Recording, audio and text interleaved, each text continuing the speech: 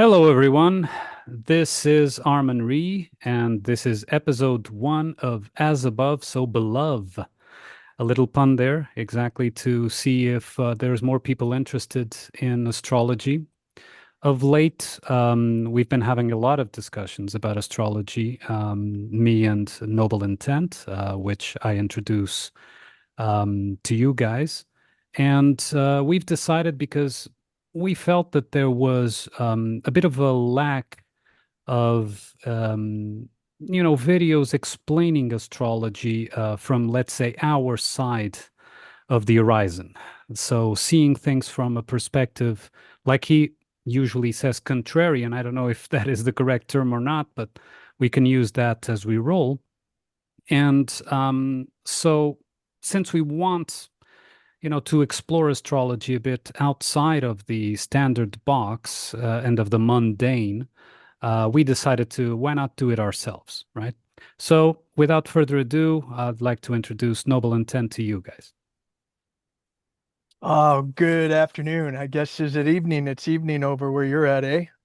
It depends. Yeah, it's evening now, but it depends when people listen to this. So, Uh, yes, indeed. Yes, indeed. We'll have it saved here for posterity, no matter which time of day one taps in. Beautiful invitation, brother. I'm very much looking forward to spending not only this first couple hours, but lots of hours going forward, so that we can share notes and both get a little bit better understanding of this beautiful tool or yeah. this beautiful modality called astrology. Yeah. Yeah. Yeah. We've already had an episode on my podcast, Prognosis, where we've discussed some aspects of astrology, more from a let's say, an abstract point of view. Now we're going to get into the meat of it. So, for beginners, let's say, you know nothing of astrology apart from, those horoscopes that appear in, or used to appear in newspapers. I don't think there's many newspapers in paper anymore, but so for complete beginners, let's say, what would be the first few aspects that you would like to talk about to introduce astrology to someone? Oh goodness. Well, thanks for teeing that one up to me. But You're gosh, the expert, man. I'm the expert. There's so many threads we can pull on. I think you bring up a good point. Let's just take a walk back in time to the time when we were kids, right? When Yeah. there was still such a thing as newspapers, and in the uh in the newspapers in the US anyway, there was the classifieds and the kind of the back of the newspaper where the comics were, and then yeah, there'd be some horoscopes there, and quite frankly, at least from where I hail from, it was a parody. It was a caricature, essentially. It was meant for entertainment purposes only, not to be taken seriously. And my Mhm. family happens to come from the newspaper industry, um, and so therefore I hail from that industry as well. And yeah, certainly in the West, in Michigan, United States of America, 20, 25 years ago, astrology was just something to uh, kind of chuckle at, laugh at. Um, Things have changed a whole lot with the advent of the internet and these all of these new technologies, and in some way, it's given us a window into worlds that we wouldn't otherwise have access to. And of course, as we speak about all the time, it's also has some cons. The internet and everything Mhm. that goes with it also has its share of cons as well. But as we cast our gaze towards astrology specifically, the technologies are moving from the newspaper, from the fallen trees and the printed piece, and moving it into the electronic realm, and opening up these libraries, quote unquote, all over the world. It's really taking a deeply uh, cherished modality in art going back millennia, and but held in secret and or in occulted, and it's made it available to the masses, so to speak. And whereas you opened us up and you said, well, for those that are kind of starting from a blank slate with regards to astrology, I think that's a fair statement. However, most of us have had some exposure with astrology because at Mhm. least recently, because these days it's everywhere, right? Yeah. There's countless apps, countless websites, countless podcasts, countless social media, um, threads and channels that are dedicated to some form or fashion of astrology.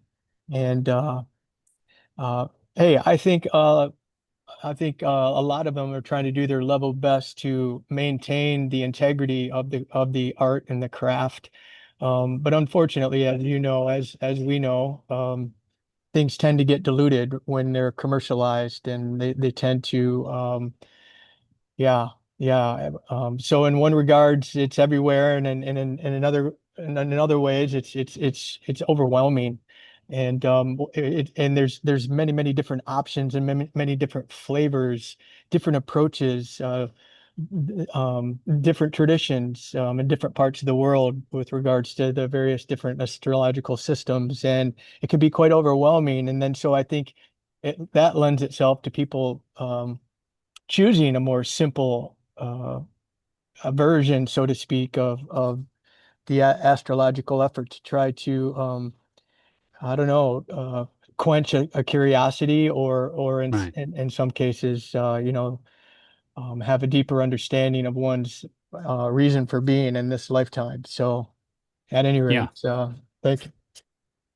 Yeah. So, in those newspaper horoscopes, let's say, what was being, uh, depicted there, or what was being used there was the sun sign in general, with, of course, a general kind of prediction for the week, or for, whatever period of time that the newspaper would present. Usually would be a week. And so it basically cataloged a lot of people as if, all Aries are the same, all Taurus are the same, and so on and so forth. And so I think that the best way would be perhaps to start there. Like, what are the characteristics of a natal chart, even before we go into the systems like the whole house and the Hellenic or Placidus or this or that? Um, what are the characteristics needed in a birth chart? That's why we, usually, not usually, it is necessary to have the exact birth date as much as possible, because it needs to be determined a whole set of conditions: sun, rising, moon, Mercury, Venus, so on and so forth. Would you, succinctly, and, just brushing over the initial concept, what composes a chart, at least at its basic level? Okay, so one's natal chart Yeah. is a snapshot in time. It's a snapshot um, of what was going on in the sky at the time and place of one's birth. And so, at the moment of our birth, in the eastern horizon, um, there is a constellation, one of the signs in quotes there, rising in the east. That is one's rising sign, or oftentimes it's called one's ascendant. It's the ascendant sign, or the ascending constellation as it rises in the east.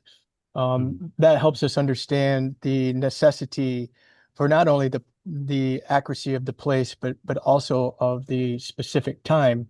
Um, and so, uh, as we will get into in far more depth as we go along in this series, your listeners or watchers are going to note that your ascending sign or your rising sign is Libra. Mine is Virgo, right? And that's because at the time of my birth, Virgo is ascending in the east. And that is the start point by which we craft the entirety of the natal chart, actually. Mm, Um, as we've talked about in the past, there's a configuration of constellations in the sky that doesn't change, right? We know that next to Aries is Taurus, and then next to Taurus is Gemini, and next to Gemini is Cancer, and so on. And it goes around through the 12 signs, the 12 constellations that encompass one's natal chart. And the start point is this ascending or this rising sign.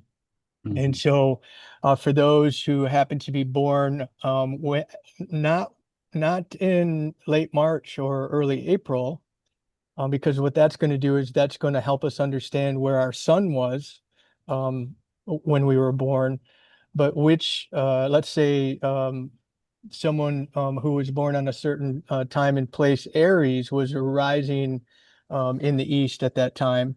That would become not only, well, that would become their rising or their ascendant sign, but it would also become in the system that I use, which we'll get into in a little bit more detail, their first house. mhm, I use mm, a whole sign system. And what that means is one sign, one house. And the ancients used to do it that way. Of course, they didn't have the technology that we have available to us now. They were doing these charts by hand, and they didn't have telescopes, so they couldn't see some of these outer planets or some of these smaller celestial bodies. And so the ancients focused on the planets that they could see in the sky, of what they could observe with their own eyes.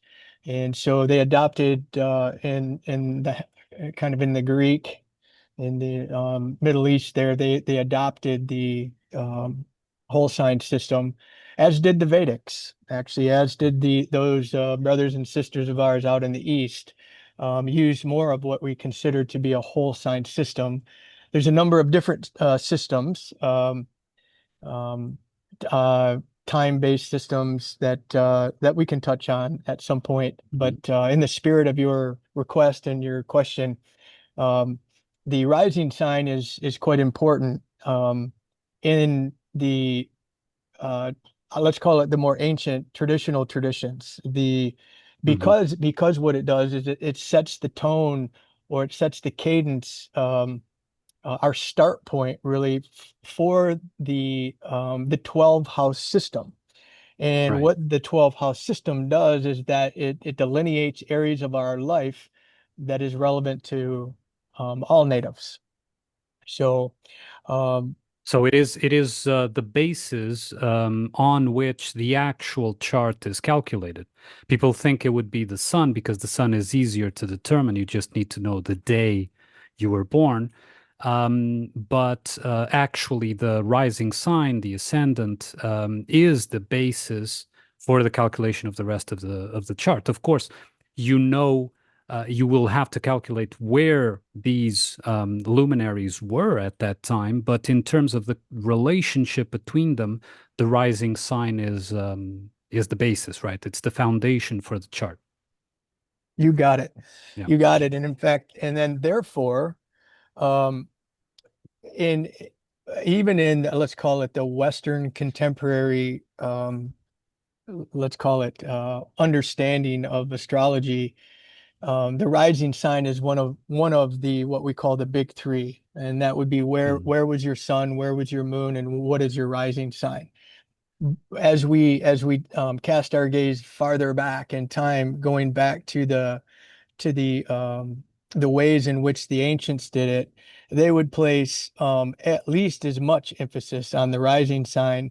And in some cases, depending on which, what are the questions of the querent, what are we trying to bring forth within the reading, or in our analysis of the chart, we would place greater emphasis, or at least equal emphasis, to the rising sign. And that's a mhm, relatively new idea for most contemporary both astrologers and but also those who are trying to figure out the system by which they want to invest some of their time in. A lot of emphasis, in other words, is placed on the sun. And whereas Right. that's very important, the rising sign is critical. Yeah. I think that the basis being what you can physically observe or physically, calculate, because this idea of telescopes and so on and so forth, it's a bit shaky because it goes into fields that most people can't really go into, and it implies a bit of trust, right? The trust on those planets that you can't at all determine with normal means, and so you have to in a way outsource that to someone else. And of course, we all do that to a certain extent, even, if you use a software to tell you where, I don't know, Neptune is right now, you will have to somehow trust. But as a working model, to base yourself on the things that you can actually observe is the best, right? Because in my opinion, if the stars are a clock face in the sky, let's say, so there are stars that keep their relative position, and there are stars that move around and wander. They are called the wanderers, right? From their relative positions. And so we could say that the fixed stars are the clock face, and those that wander are the clock arms, right? And these we can observe. So if it is humanly possible to observe, it means that we are supposed to see at least only those, right? We are organically supposed to only at the first glance take into account those. Of course, I'm not against technology, but what I'm saying is that the starting point of any model should be your direct experience of something. At least that is my opinion. So I think that the direct observation, astrology, although of course there's that debate about tropical and sidereal, but you can explain that better than me, is the best working model for any observation of that kind, wouldn't you say? Yeah, I definitely agree with you. Yeah, you've heard me say this before, and it's a little bit overused these days, but spiritual beings having a human experience, right? And Hmm. experience being the key word, or at least one of those. It's like, yeah, so couldn't agree with you more. And so that's all the ancients had available to them. And so, of course, if you're not staring at the black box, back 2000 years ago, you were sitting around the fire staring up at the sky. That was your entertainment in quotes, right? And so, indeed, they, with varying degrees of sophistication based on where you hail from in the world and one's culture and actually proximity to the sky itself and your elevation and this types of things. Yeah, there was real observation that was taking place, and so this beautiful modality has just been developed. Um, gosh, since human beings cast their gaze into the sky, and so yes, couldn't agree with you more. Which begs some interesting questions with regards to the newly found planets like Uranus, Neptune, and Pluto. Going back to that trust factor. Mm. Um, the interesting thing though, and that's one of the things that I hope that we can convey in our conversation over these next weeks and throughout this series is the the tool itself brings validity to the experiential nature of a Mm. Uranus transit, for example, or a Mm. Neptunian or a Plutonian transit. In fact, you and I speak about Pluto all the time because you have Hmm. Pluto in your first house. And that brings with it a set of characteristics that I and the people closest to you can literally observe. And so, whereas it's impossible for us to see Pluto in the sky with our naked eye. And I don't have a telescope with me these days, but should I have a powerful enough one, perhaps I could see that. But anyway, your point is taken. And I think the Hellenistic whole sign approach is to start first with that which what we can observe firsthand, and then we layer in some of these outreaching, these transpersonal planets, we call them. And Hmm. some astrologers would go so far as just to bring asteroids and other celestial bodies, or calculated points into the system. But that's Hmm. for advanced work, and for our purposes is not really required. So Right. And so regarding that debate that I touched upon succinctly, um, some people say that the proper astrology is sidereal because that is what is actually seen in the sky, etc. Tropical is based upon the horizon line, if I'm not mistaken, the tropics on the horizon line on the tropics. Correct me if I'm wrong. Um, so it doesn't mean that it matches exactly the constellations there. What for someone who is in doubt and who has had any or read something about these two modalities, what would you have to say about that? The stars that are actually in the sky over a particular place at a particular time, with contrast of those that are in the tropics. Or first of all, explain the difference. But the question would be that. you got it. It's a practical contemplation, Armin. Mhm. It really is. In fact, I wrestled with it before I landed in the Hellenistic whole sign tradition. I wrestled with the very question, and I think it's a fair one. And for those who are asking some deep questions like who am I, where am I, why am I, and looking to astrology to help answer those questions, of course we want to spend our time using a tool that is going to give us reliable information, or perhaps the most accurate information. And so, but let us step back a moment and go back to this notion that you brought up in your intro, with regards to our nature, or actually um, the things that kind of brought you and I together in the first place, right? Hmm. Is we were looking through a different lens than most people. If contrarian's not the right word, perhaps oppositional researcher, or we've heard the truthers, right? And so we know that we are presented with false binaries, Yes. um, or dualities, everywhere we turn. And of course it's presented to us quite naturally because it's the nature of this realm.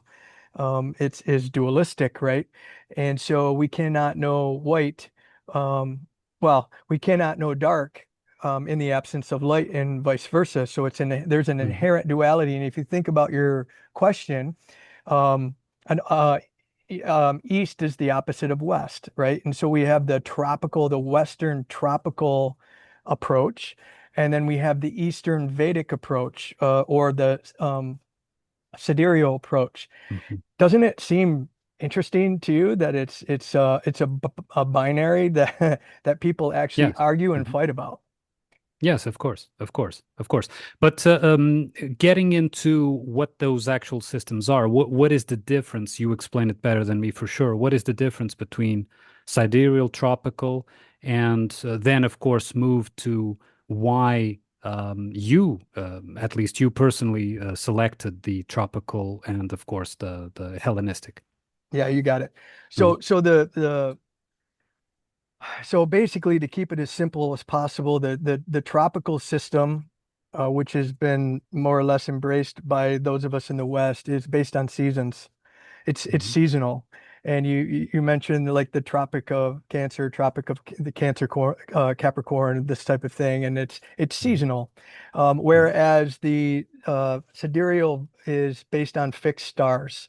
And so I think you described it appropriately when you were talking about the wandering stars versus that which the canvas, or that which does not move, right? Or Yeah. the clock face, I think you used.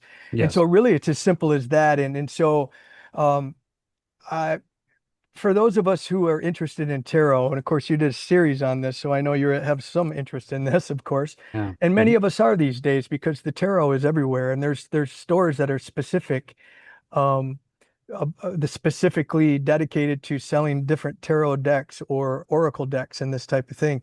And if you've ever walked into one of those stores, you'll be overwhelmed in that there's 400, 500, 600 different decks, Yeah. multiple different traditional tarot decks, and then all of these new contemporary decks, etc. And it Hmm. must beg the question, like, gosh, I want to ask some really important questions, or I want to use this divinatory tool to give me some real solid feedback. Gosh, which one am I supposed to pick? Which one is accurate? Which one's um, and so here, let me try to answer your question and this really goes into some of the background that we need to speak about. And I think this particular episode's a good one to do it, to understand what the hell is it we're doing in the first place when we're Hmm. looking to the cosmos to try to understand what's happening here in the microcosm. But the divinatory tools, like there's a few component parts that, or there's a few things that need to be present in order for a divination tool to be of value. One is there needs to be purity of intention. There needs to be an individual needs to come come into a reading or come into this experience of divination with a desired with a question in mind. You have Right. Hmm. the query, and then you have the querent. So the querent, the individual, needs to bring forth a real desire to tap into the mysteries of this place that we call home here, and the oracles and some of the things that we don't fully understand, and needs to be in the presence of a seasoned interpreter. Somebody that Hmm. understands the tool that they've chosen and the symbols that are permeate that particular system, and then also have a set of meanings that are attached to each of the symbols, right? Right. And so when we're speaking about astrology, you've got a lot of the symbols that are used. Of course, they're the same symbols used in tropical astrology as they are in Vedic or in uh, Mm. sidereal astrology, right? I mean, in both cases, there's the sun was a circle with a dot in the center, right? And so the the symbols, um, those symbols in particular, and many of the symbols that are used in both of these Western and Eastern tradition have been held up and have elicited a shared, relatively agreed upon meaning. So, in other words, for the most part, um, those who are studying the tropical system of astrology are going to associate similar characteristics to the sun. There's going to be similar archetypes and mythologies associated with the sun as they are over there in the east, right? Now, there's some differences too, but really there's far more sameness than there is differences.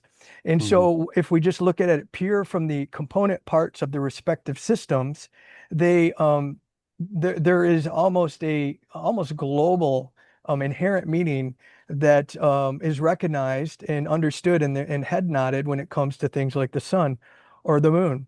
The sun would be the masculine. It would represent the masculine, whereas the moon would represent the feminine, just to give you one example. So going Hmm. back to the tarot, again, which you've studied at great length. And so what happens is for a more traditional tarot decks, there is consistency in their use of the symbology throughout those decks. And there's a shared meaning. At least there's a lot of central shared meaning, and what, for example, a wand means, as opposed to Hmm. what a sword or The cup. a Yeah. cup means. Yeah, right. Hmm. And so we can see the similarities there. And then, but when you go into another an oracle deck, say, let's say a spirit animal deck, Okay, well, even though there's lots of spirit animal decks these days, the let's just say that the body of shared meaning associated with the spirit animals, it just isn't quite as vast, right? Mm.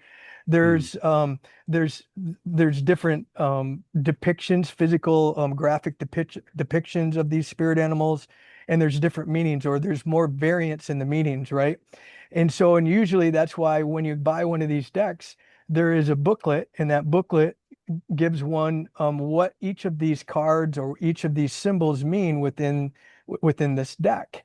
And that is the meaning by which the querent would turn to as he gives a query and uses one of those decks. Now, for anybody who's messed around or played around with whether the traditional tarot deck or the Marseille deck or the Rider-Waite deck or one of these oracle decks, it's uncanny. The I guess you could say the information that is presented to the querent when they ask their query, almost always, in particular when somebody comes in with a purity of intent and have some sense of faith in the fact that this deck that somebody put a lot of time and effort into in the first place to create it, and then to create the associated meaning, is going to give them some feedback that's going to be relevant in their life.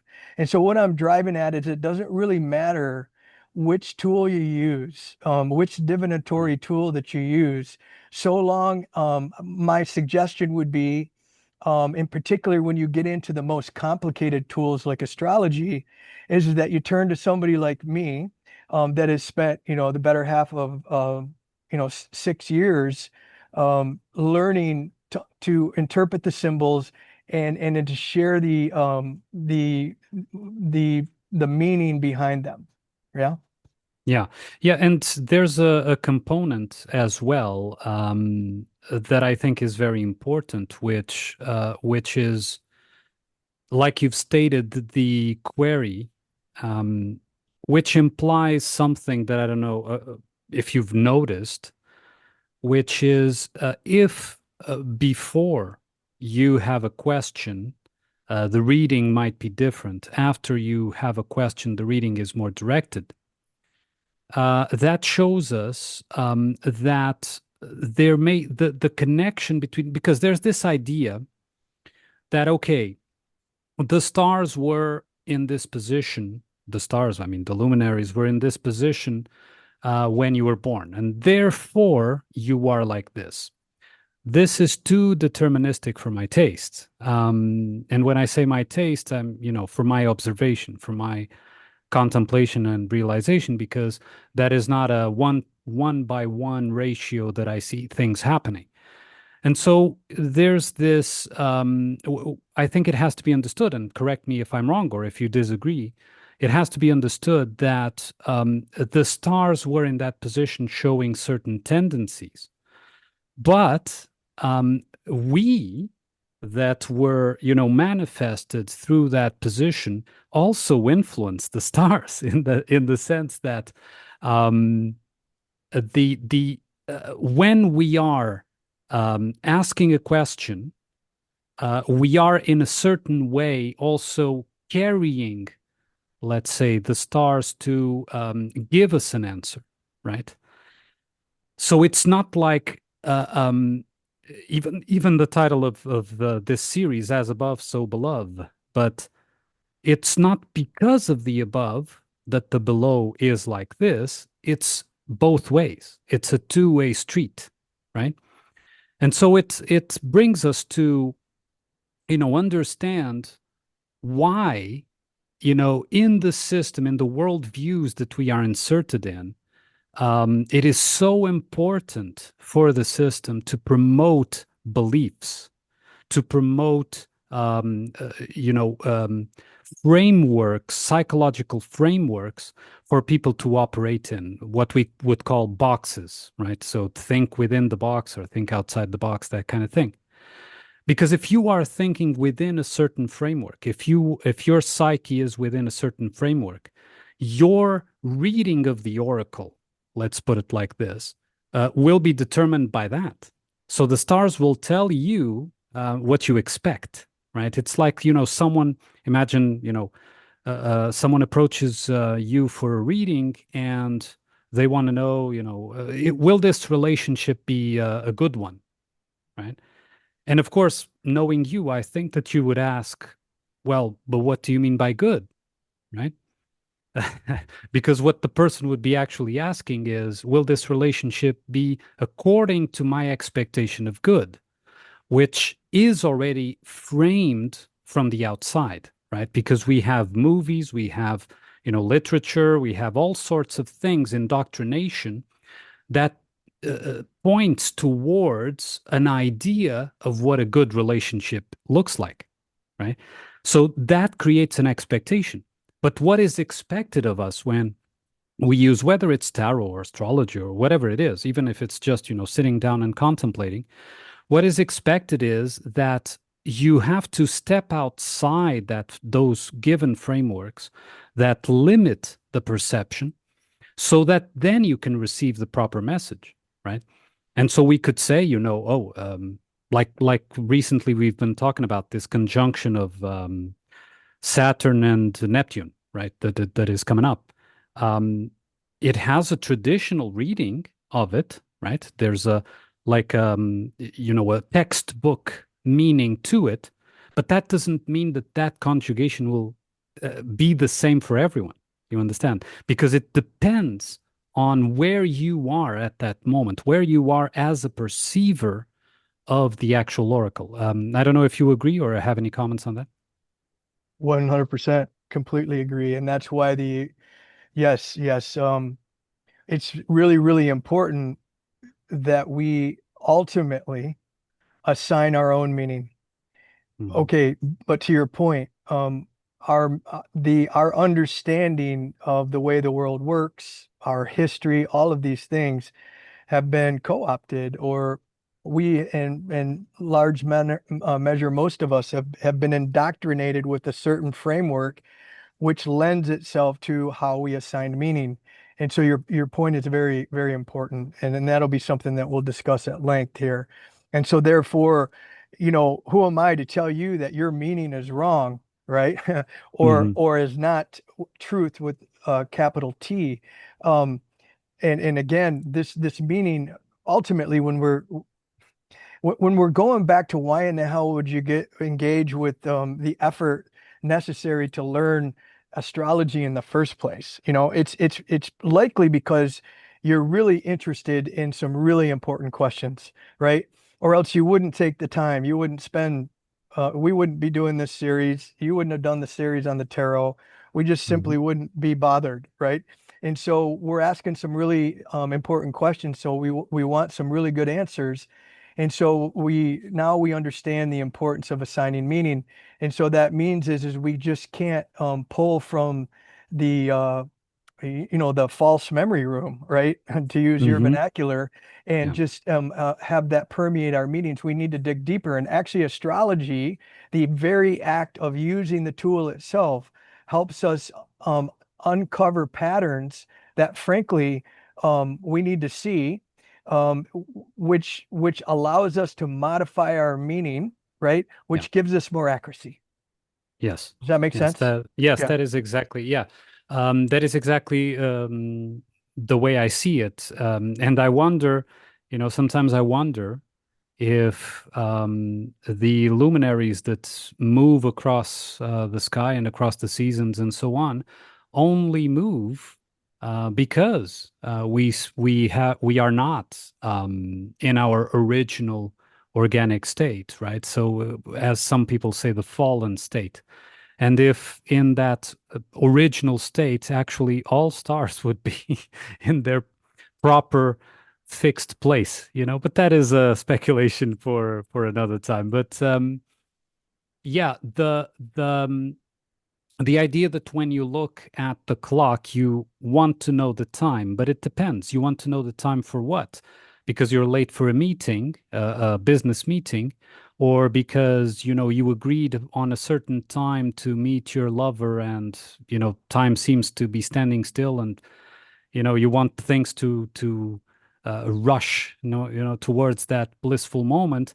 It depends on where you are, right? Why do you look at the clock, right? Why do you look at the time to see what time it is? So yeah, it's a two-way street, and the meaning is in fact a very, very important. The meaning, and of course the intent, according even to your username, is very, very important in all these tools. So okay, so when we look at a chart, I don't know if you want to show us a chart. You can use mine. That's fine.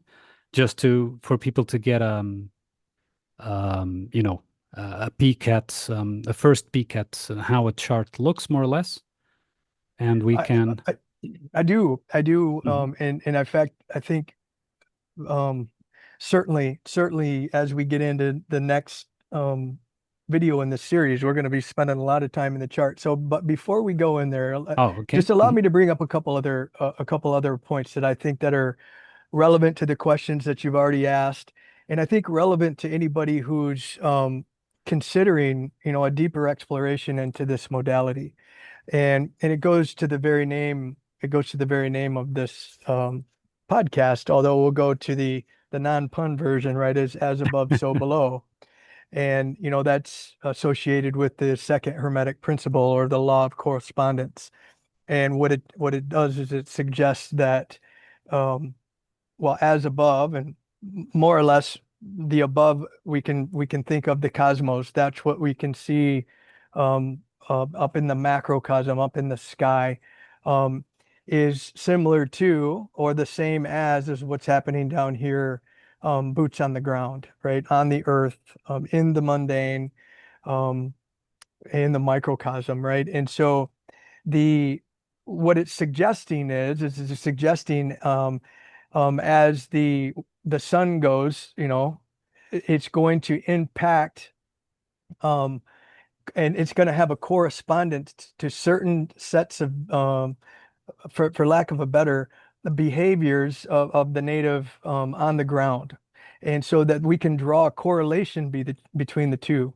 And Mhm. so oftentimes, though, a lot of naysayers or skeptics when it comes to astrology really have a difficult time um, embracing this tool, because they believe that it's deterministic or Right. fatalistic, or that somehow the natal chart is a blueprint, and it's essentially, the cause is already predetermined, and so the outcome is already known, and so therefore, what the hell, I'm just gonna, strap in, into my easy boy with my cerveza, my bong, and my series, and I'm just gonna let the world go by. And it's really not. It's really not the case. It's so more accurately, though, at the time of our birth, the natal chart is a snapshot of that particular moment in time, which helps us. We know now this. I know now this through experience. Is it what it does? Is it represents our tendencies. Right. For those of you that have the esoteric bent, you'll appreciate the additional word, the karmic tendencies. In other words, we tend to react this way. We tend to act this way, this type of thing.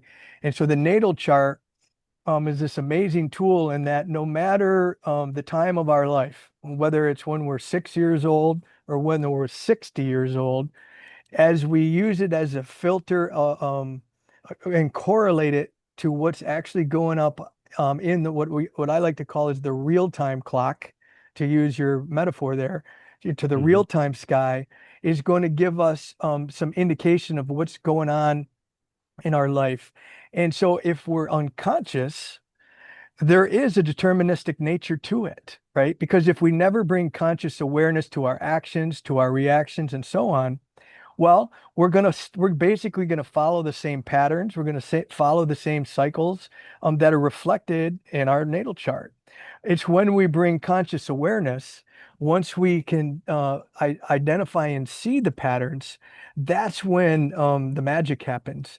In particular, if it's reactionary, for example, like we have a tendency, perhaps we have Mars in our first house, for example. Mars is masculine, Mars is action, Mars is war. And we tend to react or overreact when we're faced with a certain set of circumstances. That's a part of this incarnation. It's a part of our tendencies.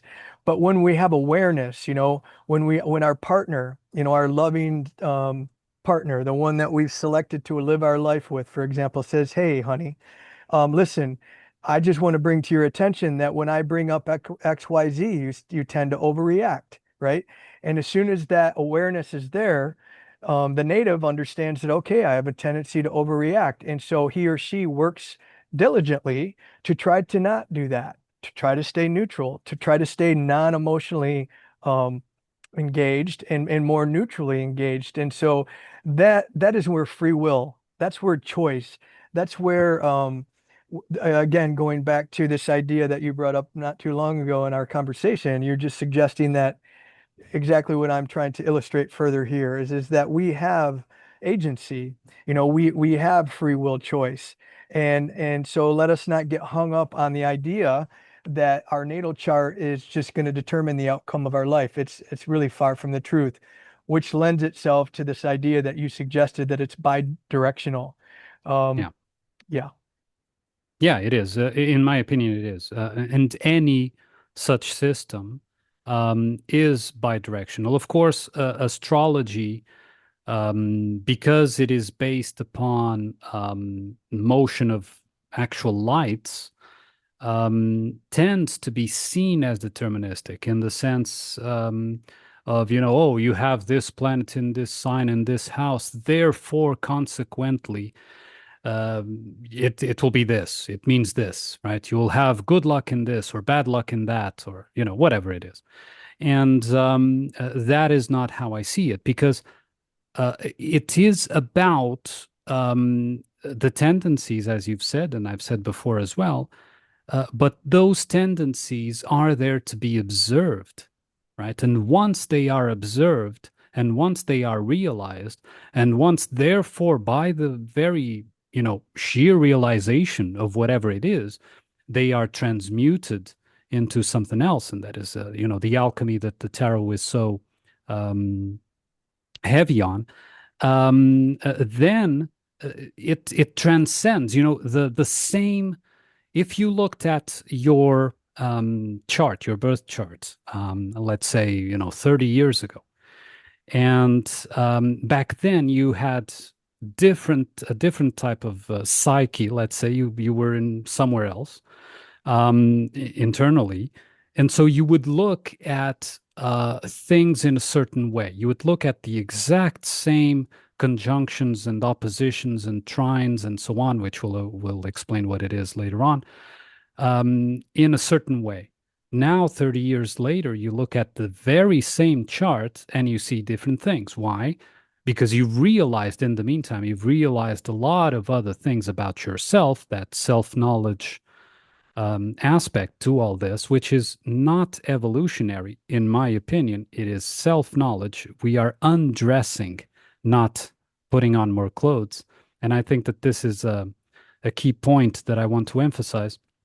So 30 years later, you look at the same chart and you'll see other things that you have missed the first time, because now you have already undressed, let's say, a lot of aspects since then. You have let go of a lot of preconceptions or, expectations, whatever it is, since then. And these aspects that we see in astrology, when you compare, for example, the birth chart with what is going on now, the transits that are going on at the moment, and you see, oh, there's this planet, influencing this house and in conjunction with your natal planet of this or that. when we see them now, we see them way differently than we would at an earlier stage, right? So the observer is absolutely key. You, I don't think that it would be possible. Maybe I'm wrong. And maybe some people will say, well, then it's not a science. Great, great. I'm glad it's not a science, not in the way that science has been depicted in that fully deterministic way. But I think that you cannot rule out at all the observer and do a cold reading, like, you put a chart in front. I put a chart in front of you. I don't tell you who it is. There's no question. There's nothing. Now do a cold reading, right? People can try to do that, but they're following textbooks. They're not actually observing the observer, right? They're following textbooks. It's the same as uh, looking at something else, that you follow a manual, right? And that is not the way that these things work, at least from my observation. And be it astrology, be it tarot, be it human design, be it whatever it is, right? Um, Runes or all these things. It requires the observer and requires and takes into account where the observer is at that point in time inside their own psyche, right? I don't know if you want to now um, start talking, just because we're going to explore further on in the series each of the planets and each of the. But if you want to just succinctly go into the main personal luminaries one by one, just succinctly. You've already said, for example, Sun is the more masculine side, Moon the more feminine, but of course that comparison can also be done with Venus and Mars, right? So I don't know if you want to move to that or if you have something else before. Well, I think that we need to emphasize your point that you just made. Mm, That's it's really important, and there's a dispensational nature to to our lives essentially. And yes, what does that mean? That the observer, right? The observer's absolutely influences um the chart and these charts and ultimately what they reveal to us over time. And it's like there's literally timing techniques called progressions that help us flash forward 30 years and to see what we're likely to be like. And we're not going to get into those today, but just to illustrate the importance of your point there, it's very important. Which and then so let's right before we get into the open in mm, this chart, I would like to um t- uh tie your clock metaphor up with some of the things that we just spoke about the sun. All right, and so mhm, when the sun is so important to us, all right? I mean, it's like it's in the absence of the sun, of course, their life as we know it wouldn't be. And so yeah, this goes into some of the topics that we talk about with regards to the calendar. Why are we using the calendar that we're using? Why are we using the timing tools? And I'm talking about the tools that our forefathers have given to us, and I'm not talking about the accurate tools, but the Gregorian calendars and tools that have been presented right. to us to adhere to a certain rhythm or a certain timing. And really, frankly, they're at odds with what we would call the nature's clock, right? And to Mhm, nature itself.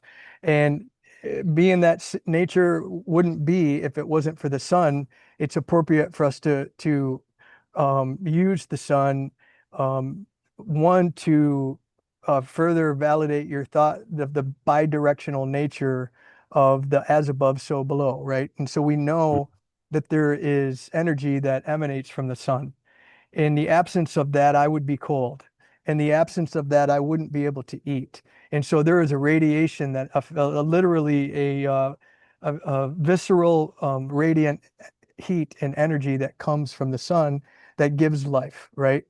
Um, those we know, given the fact that we've been on this earth for quite some time, many seasons, we understand that it's predictable. We understand that the sun rises in the east and we understand that it sets in the west. And I I'd be willing to bet the farm right here, right now, that tomorrow the sun will rise again, right? And Hmm. so there's been so much evidence, and with our own eyes, is that it's going to happen again. And so it's very cyclical, and that is, um, the solar cycle is something that most of us are familiar with. Uh, what I wanted to bring to our attention is how that because this is one of the important things that astrology will do for us as we spend more time with it, is it'll draw our attention to the other cycles within nature. We know that in the northern hemisphere, that if we plant the seeds of broccoli seeds or any type of vegetable seed, for example, if we plant those in January, in the northern hemisphere, they're going to die. They won't subsist, of course, unless we use some artificial greenhouse or whatnot. But if we go out and try to plant a seed in the frozen tundras of the winter months in the northern hemisphere, they will die. What we do know is that if we take that same seed and if we plant it in the fertile ground in the springtime, as the sun has advancing and its progression throughout its solar year, as it gets closer to the earth, as it warms the soil, as it warms the earth, and it makes the growing cycle more conducive to planting, we know from experience that if we plant said seed, that there's a good chance if we tend to it with water and whatnot and care and love, is that it's going to yield some kind of fruit at some time in the future, and it's a predictable future. And so what astrology is going to help us do, and what it really needs to do, and what I would convey to you and anybody else who is really willing to invest some time to embark on this is to forego, at least to the extent to which is possible, um, our rhythmic associations with these artificial clocks, with these artificial calendars. Some of that is necessary simply because culture operates on those calendars. But what we Hmm. really can do as we start to study astrology, in fact, this is one of the best ways to do it, is we can start to align ourselves a little bit more closely to the moon cycle or to the solar cycle in that well, one way to do this, it's a bit extreme for some, would be literally to rise with the sun and to go to bed with the sun. Hmm. Probably more realistic would be to have some clarity, and many of the women in this world, or those in a female form, have a sense of this already, but the lunar cycle, the lunar cycle is very important. And so anyway, we're going to talk a little bit more detail on the big three at your request there, the sun, the moon, and then this rising sign. But I wanted to point out is one of the best ways that we can understand these symbols and these luminaries is just to align with them. I mean, literally. And of course, it's not easy for all of us to do. We live in the city centers where we don't even have the ability to see the sun or the stars or the moon, or at least most of the time it's obscured by tall buildings and whatnot. But for those of us who have the good fortune of being out in farmland or open land or up in the mountains, or um, able to look over the horizon of the ocean, for example, we can see these wandering stars a lot easier, and we can regulate and align with them.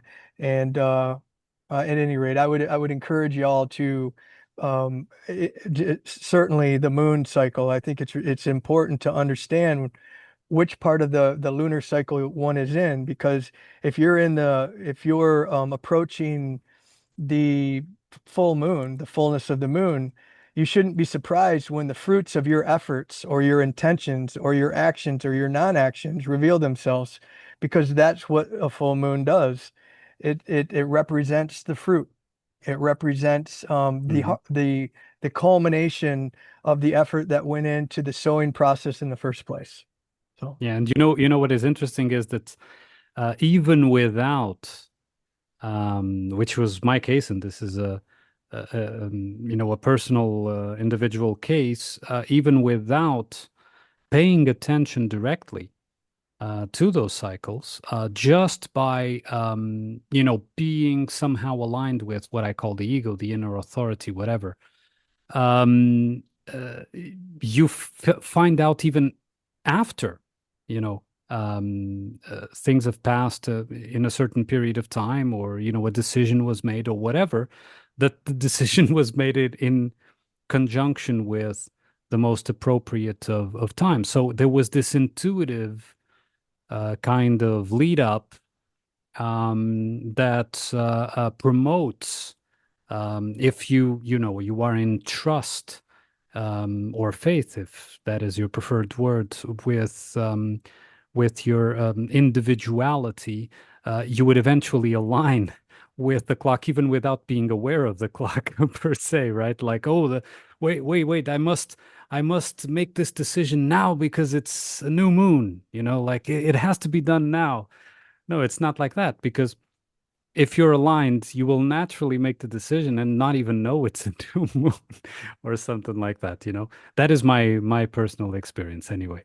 But okay, so going on to those three, okay, to begin with, um, what are their symbols, their mythologies that help merely to explain what they are supposed to symbolize and so on. Oh, that's a cool guy right there. He must be a good guy. Oh man, let me tell you, I've sifted through 1,000 charts just to land on this one, just because just because his chart was so intriguing, you know. So I thought, yeah, for those of you who are listening to this and not seeing it, we're looking at Àrmunn's chart here. So, um, yeah, well, very good. I mean, there's literally 2 hour podcast can be. I mean, we could spend hours and hours and hours talking about these symbols, and um, but let us try to be succinct, to use your words, and Hmm. the let's go back to the rising sign, first and foremost, because it's underappreciated for many these days. And again, the rising sign is the at the time of one's birth, um, a constellation was rising in the east, specific to a location on this great realm and this great realm that we live in. And in your particular case, it was Libra. And so the rising sign is, now let's get a little bit graphic here. So what was happening? I mean, what was happening at the time of your birth? Can you Lit just circle the rising sign so that people can follow you better? Yeah, thank you Yeah, for the suggestion. Good idea. yeah. Let's see. Let's grab my tool here. Yeah. So in this particular case, can you see the circle I just drew? Yes, yes. It's Okay. the AS symbol there. Yeah. Yes, and that's the exact degree. Um, so the zodiac is made up of 360 degrees. Um, each section, there's each house, and in the system that we're using, each constellation represents 30 degrees. So there's 12 30-degree sections. So the specific ascendant degree was how far it's basically how much of Libra had risen above the horizon at the time of your birth, right? Let's see, as a reminder to me, it was 8:20 p.m. Um, on March 19th, 1979, right? And Yeah. so Mhm. we to help us understand a little bit more about one's ascending sign, one's ascendant, we call it, or rising sign, kind of think about what is literally happening at the time of birth. We are going through a monumental struggle, right? To go from one Mhm. realm to another. I mean, we are literally exiting the womb. And then there's lots of people that would suggest it as that struggle of going through the channel, from the womb, out the exit point there into this, I guess, into this place that we call home here. That struggle is an important struggle. And so the as we emerge out the moon, excuse me, the womb, we have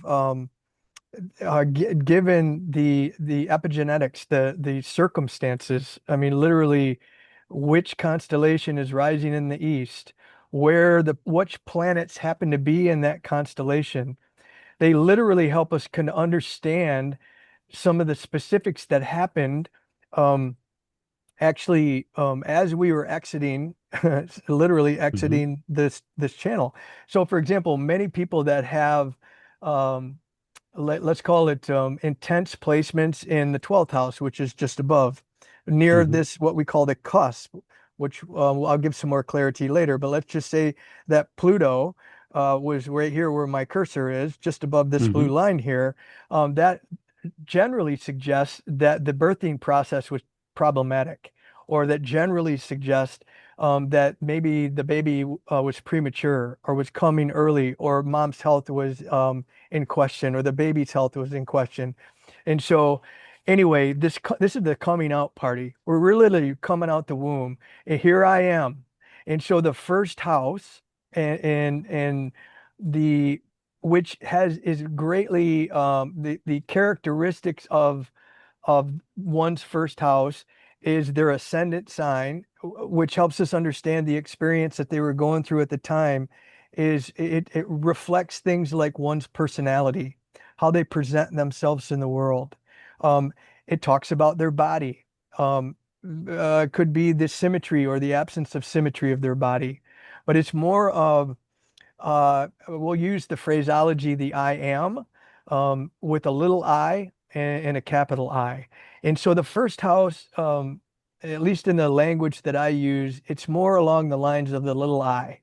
And the language you use, it's the character versus or the versus the ego. It's the ego being Hmm. the capital I, or Right. more the higher developed self, where the ascendant, which is again in the system, equals the first house, which is essentially the place that that is the native. It's the one section of the zodiac that speaks specifically to the individual whom for which this chart was cast. Okay. Right. So do you Hmm. have any questions about that or anything you'd like me to um Yeah. So illuminate? it seems like so the ascendant is linked, in my view, with the mind character in my explorations. Let's put it like that. So it is, let's say, the manifestation of us in a lower sense, right? So which has its function and it has its healthy part. So there's this idea that whenever you say lower, it's oh no, we have to be higher, higher. All if a tree doesn't have roots, it can't stand, right? So it just a little breeze and it falls. So this would be the let's say more visible, like you said, parts of the self. In this particular case, which is my chart that you're seeing there, what would be, for example, to use as an example for people who are viewing this, what would be the meanings, traditional and intuitive, that you would assign for that 18-degree Libra rising? Yeah, you got it. Mhm. So we're going to save some of the deep dives for Right. as we go forward, but just to kind of give us a little preview. So I'm going to look at um, the degree becomes important in particular if there is other planets in close proximity, generally within 3 degrees, 3 to 5 degrees. Different astrologers are going to have a different orb that we call it. Mm. And at any rate, in your particular case, as we kind of hinted to earlier, you Mm. have Pluto at 18 degrees. So you have what's called an exact conjunction. In fact, if you look at the small numbers, well, you can see the 18s there. If you look at the minutes, they're called the 16 and 22. I mean, this is damn near as exact as it gets, right? And Mm. so we're going to I'm gonna I'm going to bring my understanded or my kind of my defined meaning for Pluto, what I understand about conjunctions, what happens when certain planets or in conjunction, and in your case, exact conjunction with the ascendant by degree. I'm going to Hmm. look at this little red symbol here, which is retrograde, and I'm going to Hmm. assign some meaning to your Pluto being in retrograde and what that means. Then I'm also going to look at Libra and the characteristics and my understanding or of the understandings of what does Libra mean, right? And what are the Hmm. significant, and then what I'm going to try to do is I'm going to blend them all together. Um, but I wanted to go back to what you said a little bit earlier in this idea. I'm not going to do it out of context. I'm not going to do it Hmm. cold No, of because course. I'm Hmm. going to do it with context. I'm going to do it with it. You are required. Yes. It's almost like you're permissioning me Yeah. just simply by your query or your purity of intention for me to even be able to look at your chart. And that's why there's celebrities, there's politicians, there's people that do their level best not to let people see their chart or see the accurate one. That's a topic for another day.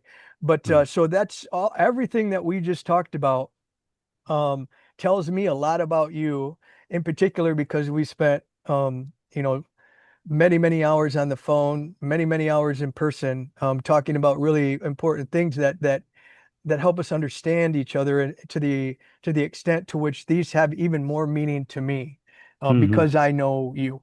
Yeah. Yeah. Hmm. Yes.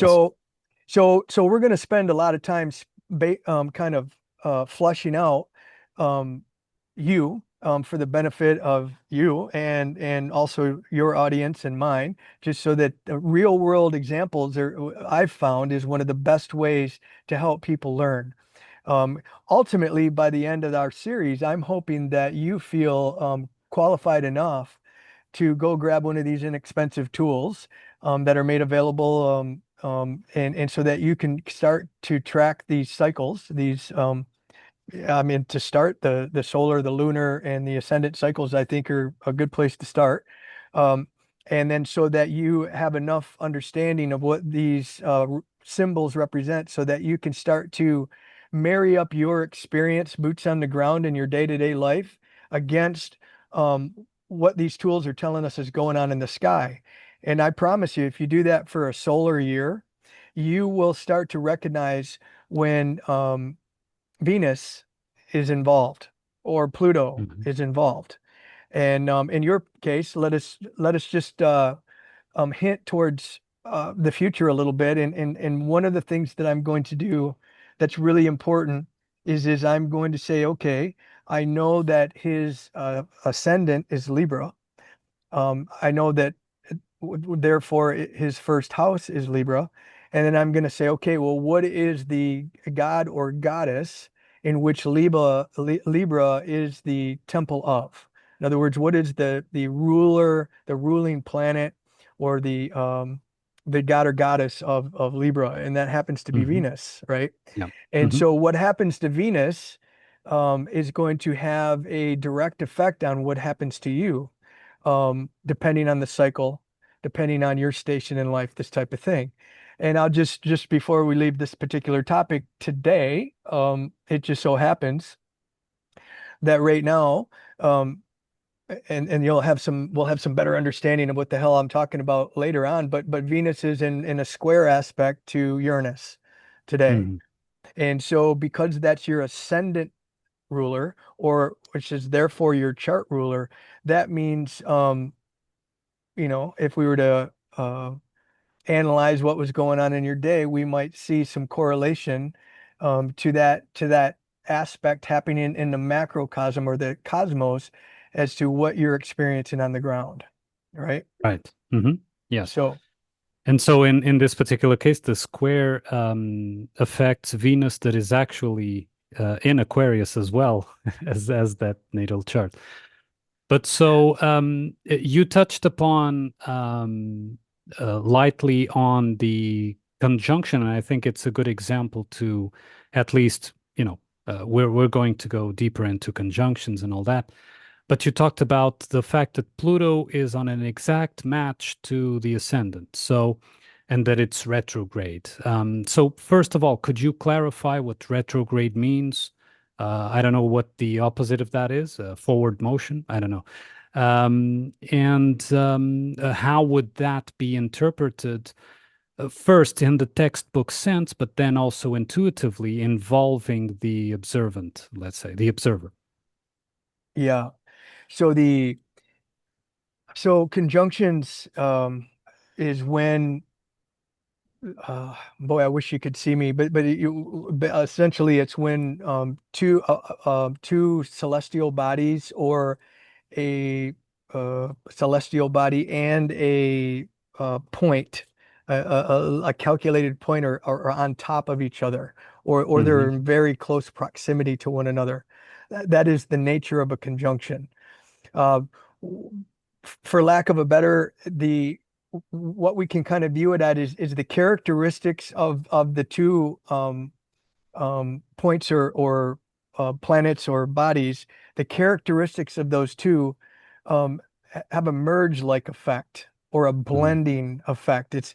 I mean, literally, if you were to take, you know, apple juice and orange juice, and they would have characteristics independent of if you were to put them and blend them together, right? Hmm. And Yeah. so it bring together a kind of a blended effect.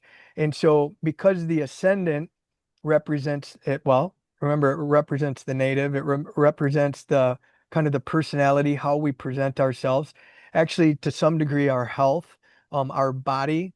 um in your particular case, that is being so that we would actually uh it's it's it's I tend not to be able to parse. I could look at it and we could isolate it away from Libra, right? Hmm. Hmm. Yeah, boy, I just caught myself. It's hard for me to do that now because I'm going to want to bring in the the Libra quality and therefore the Hmm. Venus quality, and I'm going to kind of that is going to allow me to present a signature of you, or at Right. least of you in certain things. But just specifically the conjunction Pluto, what Pluto is going to do is Pluto is going to bring an intensity. It's going to bring an intensity to the native. It's Pluto, and of course we'd have to understand what Pluto means, but Pluto is transformation. Pluto ultimately all of these transits and all of these bodies and the whole thing is for our greater good ultimately, but Pluto can bring some drastic change, unwanted change at times, unwanted intensity. But ultimately, we tend, after the transit comes and goes, it tends to be something that we look back on and we say, oh man, I needed that, or I'm Hmm. glad that Hmm. happened to me. And Yeah. so when Pluto goes direct, um, which to your question, so Pluto has a certain set of characteristics, and when it's going direct, let's just think about that more as externalized or um, projecting more of a masculine direct motion, right? It's moving direct. It's more projecting outward. Right. Hmm. When it's retrograde, think about instead of casting our gaze outside or going in forward motion as we go in reverse, think about that more in reflection, right? Recapitulation. We are going internal, and so there's Contemplation. contemplation. And do we know anything about Àrmunn's series and contemplations? Yeah. Yeah. Yeah. And, Exactly. Yeah. um, and then of course, but we can't help but add the Venusian quality to this because Venusian quality is the Venus's ruler of Libra. And so that what we would and we I know this to be true. We've highlighted this a little bit before together, but Hmm. there's going to have a Venusian quality to your intensity. I like to call it a white glove. You know, it's kind of like the velvet brick. You know, it's like there's there yeah, right. So Yeah. It's a beautiful signature, actually. Mm, I have, for what it's worth, I have Pluto in the first house, and so does my lovely partner. So we all come by this. Of course, as you know, I think that she also has a Libra ascendant, and hmm therefore Venus is also present. Um, I happen to have Virgo, but we'll get to that another time. So at any hmm rate, the retrograde is more internalized, is reflective, contemplative. Yeah. And Yeah. then, hmm, did we exhaust that or did you have another question? I forget. Uh, No, it's basically to use that example to try to clarify for the viewers what what would be the meaning expected, and of course we're just brushing over, but what would be the meaning expected, right? So we've already established that, for example, when you look at a chart such as this one, which could be your chart, it doesn't matter. The first thing perhaps to look at would be that AS symbol that is, in the circle there, and see perhaps, where if there's any other conjunctions there, like we see with Pluto, right? Then, of course, naturally, what is the sign for the AS, the ascendant, because that will be determining the first house. And just in a very succinct manner, because we're going to have other episodes specifically on the houses and on the planets and the signs. The first house, which is determined by the ascendant, it determines exactly what. What is the first house in this, in any case, not just this case. yeah, the first house is you. Mm, It's the native. It's it's the it's really it conversely right across the way here as let me grab my tool here and switch it mhm. up to this guy. Conversely, oh, boy, that wasn't a very straight line, was it? Um, I thought I had It's magic, the the magic wand. it's the Earth's curvature that affected. Oh, now I've got the eraser here. Okay, what's Yeah. going on? So, as opposed to directly across the way, it's the seventh house, which Mhm. would be the other, which would be your Right. partner.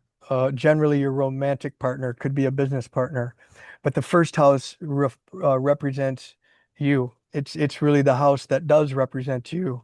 Again, how you present yourself, your personality, your body type. Are you intense or are you reserved? Right? Mhm. Um, are you symmetrical, or are you asymmetrical? Are you Mhm. grounded or are you airy? Right? And those are all things that we can determine by looking at the characteristics of everything that's been made available to us, right? And so you pointed those out. So we have the degrees, we have the planets themselves, the ascendant point, we have the constellation, we've got the ruling uh, we have the ruling planet of the constellation was Venus. Another tool that I have at my disposal, or an astrologer would have at his or her disposal, is okay, where is Venus? And so, really quickly, and we'll just get this tool again. Venus happens to be over here in your fifth house. Well, that Mhm. doesn't do us much good because we don't know what the hell the fifth house is, but it does me a lot of good because I understand what this means, and we're gonna help flush that out over time. But Mhm. at any rate, so the we can see now that the ascendant is really pretty important. The ascendant and therefore the first house is really quite important in that we are usually not always, sometimes parents do this on their children's behalf or a lover does it on their lover's behalf, but usually it's the native, it's the you that are coming to somebody like me to help you understand you. And so the first Mhm. house is really damn important. And as we mentioned earlier, and let's just go through this really again now that we have the visual tool available to us. um, the the uh ascending sign, which in your case is Libra, is the start point, in how we figure out all of these different signs and their corresponding house, right? And Mhm. so in the Mhm. sky, most of us who've been around the block long enough or went to, ninth grade astrology class, we have some sense that the constellation that is next to Libra, this is the scales, by the way, is Scorpio. The one before it is Virgo. And so after Scorpio, in the sky is Sagittarius, and then Capricorn, and then Aquarius, and so on. So if my ascendant was Virgo, which it is, Virgo would become my first house, and Libra would become my second house. Okay. And Mhm. um, so again, the ascendant is very important. It tells us a lot about the native, which is generally and usually the querent, which tried to do our level best to help everybody understand why that's important. And then what we can do is if we've exhausted this the ascendant, and unless you have other questions, perhaps we can kind of Mhm. move to the sun. Yes, I think that has more or less been established because the ascendant determines the first hour of that clock, right? So if we look at this as a clock face that I was talking about, um, it's interesting because usually the clocks we work with start at noon, but in this case it starts at 1, right? That determines, okay, this is the first hour, and the first hour is Libra, right? So the second hour will consequently be Scorpio, third hour Sagittarius, so on and so forth. And then you see the clock arms, which are these other symbols inside those little segments there, which, for example, as we saw, Pluto is one of those arms that falls exactly on the point of the first hour where the ascendant was. So these things gain a certain meaning that, although there are textbook interpretations for it, the most important is to use as we go to use that own intuition or authority or ego or whatever word one prefers to use to interpret what that might mean. Of course, you might have, because you have contact with me, an image of what that rising Pluto conjunction in Libra means. But I internally have gained more and more, insight and realization about what that means. Because, like you said, retrograde introspection, Pluto transformation through intensity, but with the Venusian aspect, right? So these are the things that I think people have to understand. It is better, and correct me if I'm wrong. It is better to have a merely an overview of what the textbook is and mostly apply one's own intuition when reading. Otherwise, and I'll give you a concrete example. Decades ago, it was the first time that I did my chart, and there was Saturn in Virgo, as you can see there, right? I didn't pay attention yet to if it was this house or that house or whatever.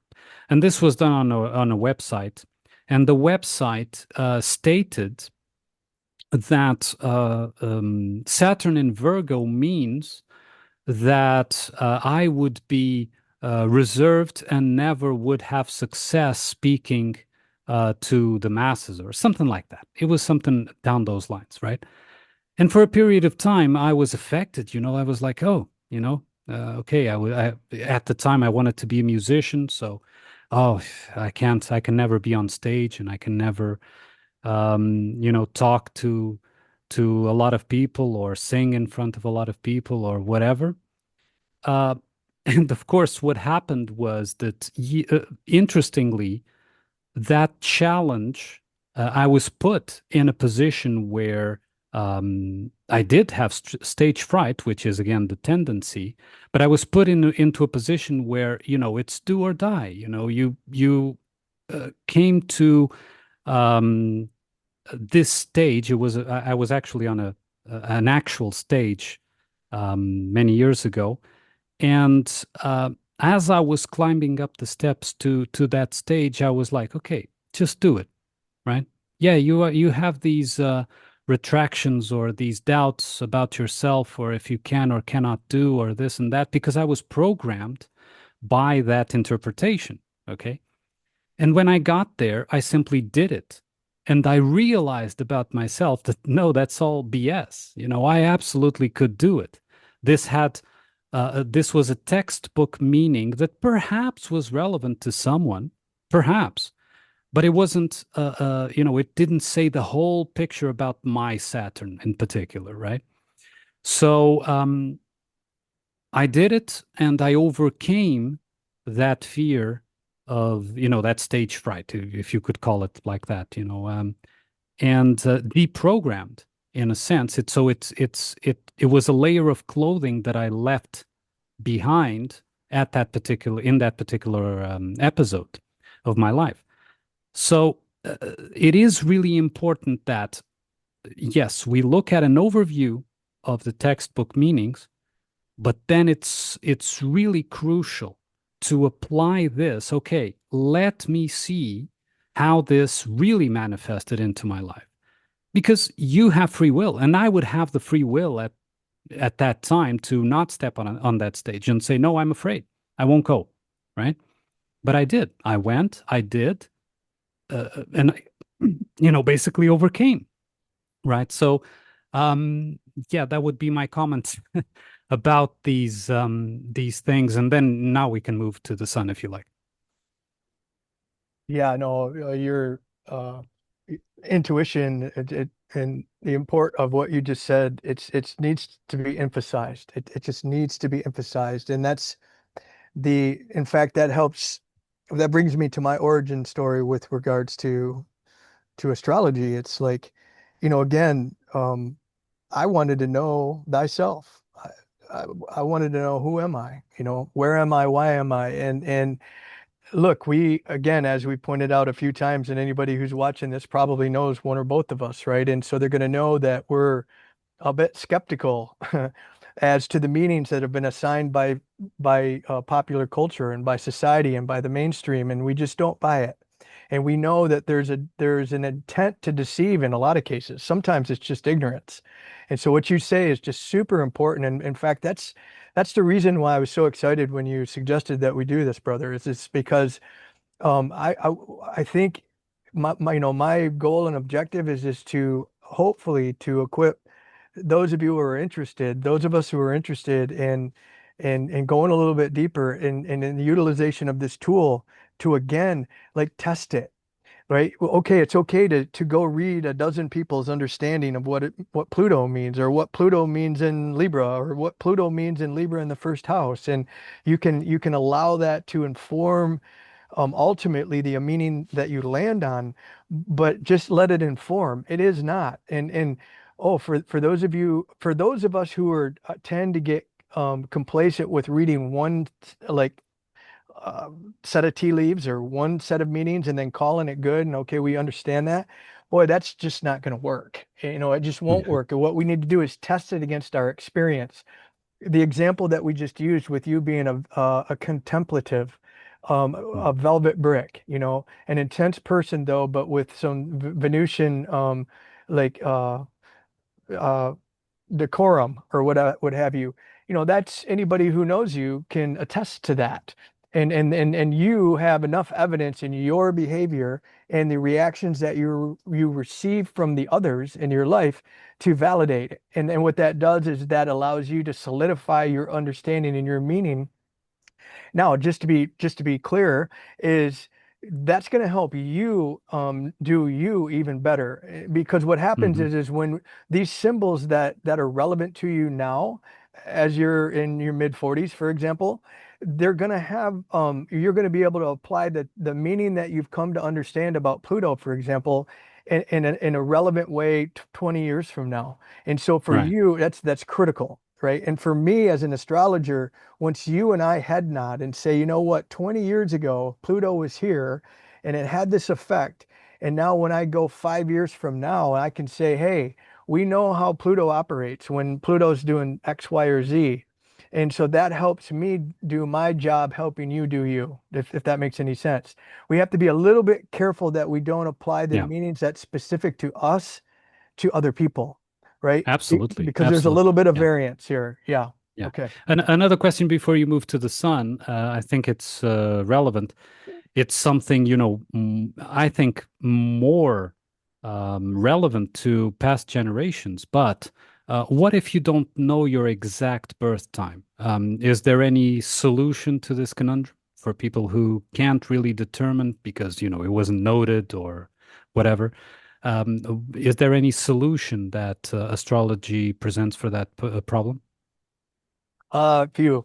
Well, the good news is we're going to know, we are going to know some which on that day, we're going to know which planets were in which signs. And that's going Mm, to give us a lot to work with. We're just not going to be able to associate it to a specific house, which is a specific area of life. So, for example, if the first house is the native and the seventh house is the other, well, the fourth house is the family. And so we can work with it. We can work with it. It's not ideal. Most baby boomers, our parents, mhm, a lot of them don't know. There's another thing we can do is if we know that it's in the morning or in the evening, we mm, can or if we can break it down even like mid-morning, early morning, late morning, we can kind of get close and we can look at these houses more in terms of quadrants of 90 degrees as opposed to mm, just houses at 30. So right. certainly if someone doesn't have a time and that happens especially with the older folks, yeah, Mhm, we can definitely give some insights, just not the full depth. right. Right. Okay, so now the sun. The sun is that circle with a dot in the center. In my case, it's in Pisces, almost Aries. Yes. So, Yeah. what can you say? Yeah. So almost everybody that I've ever spoke to, no matter the generation, no matter the ethnicity or the culture, would like would know understand themselves as their sun sign. It's Hmm. amazing. I maybe one time someone had no idea what their quote unquote sign was because so like I catch myself even though the sun was in Libra when I was born and for most for the first 40 years of my life I was quote unquote a Libra. I Hmm. literally identified myself as a Libra. Well, now that I've been in this much more formally and deeply, I often catch myself now identifying myself in particular to other astrologers as a Virgo. But at any rate, most of us understand, well, the solar significations. We understand because somehow, some way that is permeated into popular culture, into not only in the West, but in the East as well. Many people understand that when you're born in March, well, in late February and up through the third week of March, that your sun was in Pisces, and so that was the case for you. And so the uh, even though we've spent a lot of time today speaking about the importance of the rising sign, um, let that not cast a shadow on the sun. The sun is crucial. It's absolutely critical. And it tells us so many things. The sun, as we noted earlier, represents the masculine. It represents, in the mundane world here, it represents the king, right? It is the ruling sign of Leo, Leo the lion hearted. It is symbolic of the heart. It's representative of conscious awareness. It's representative of growth, um, you know, outward, forward momentum growth, as opposed to the moon. In its opposite would be more of that integrative or internalized or um, uh, kind of reflect Nurturing even, right? nurturing. Oh yeah, certainly Hmm. nurturing. And so the sun is the father. It's the masculine. The sun is represents the higher expression. We were talking about the ascendant. We were talking about the kind of the first house ascendant, and that it's more of of course, that is a sign, right? The ascendant sign and the ascendant, or the ascendant is in the house, right? Hmm. Is representing kind of the lower, maybe the what I would consider to be the personality or the lower self. The sun would represent more of the higher, the capital I, soul level stuff, more of this, maybe even the spirit, soul spirit, this type of thing. And Hmm. so the it's very important. It represents maybe the for those of you who have an affinity with Eastern terminology, uh, it's associated very much with one's dharma, reason Hmm. for being, purpose in life. The sun is critical, and so I would, in the same way we looked to the ascendant sign, um, knowing that the ascendant is synonymous with the first house, I would look and say, okay, uh, Àrmunn was his sun is in Pisces. It's in close proximity to this symbol here, which is called the South Node. Let me erase that because it's getting in the way. In close proximity also to Mars, right? The South Node is in retrograde. And so as oh and then this happens to fall in the sixth house. And so the sixth house, whereas the first house we talked about, the first house is the native, is the body, is the I am, the little I am, um, how they express and whatnot. We talked a little bit about the seventh house, which is the other, our Hmm. partners in crime. The sixth house, it happens to be the chop wood and carry water house. The sixth house it represents one's health, one's day-to-day activity.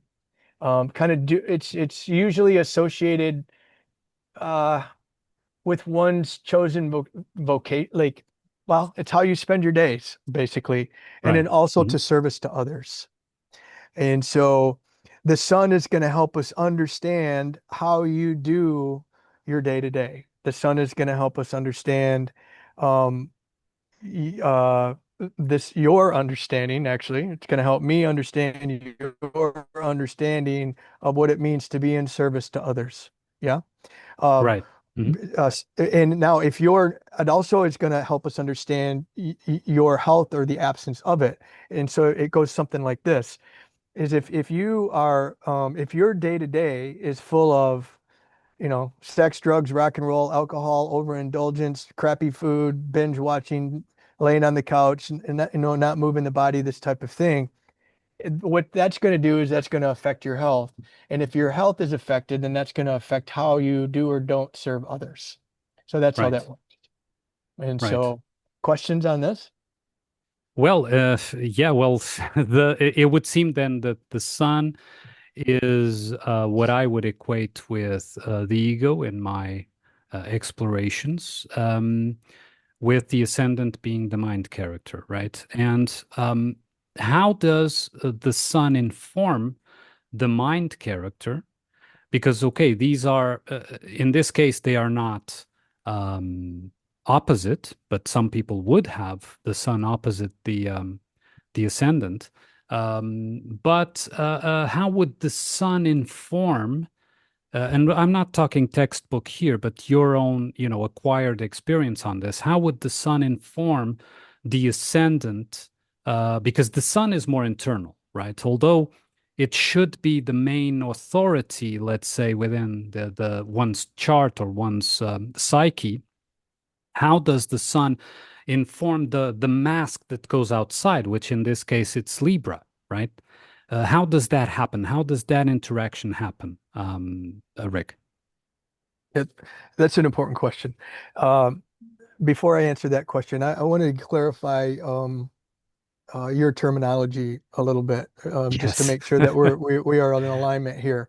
Mhm. So there's the mind character, there's the ego, and what of the actor? What of the actor that or that piece that has many characters that they deploy? Yes, Are that they are they synonymous? no, that is the ego is the one that selects.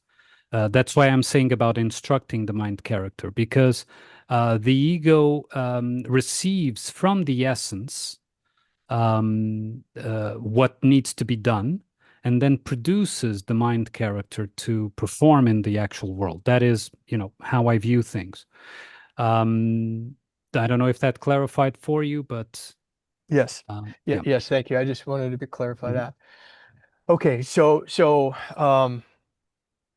when we emerge, take the long way around here to answer your Mhm. question. When we emerge out the womb, when here I am, and we're informed in complete dependence by our surroundings, our parentals, maybe our siblings, our grandparents, the immediate surroundings, and therefore, because we're in training on how to subsist ultimately in independence in the world.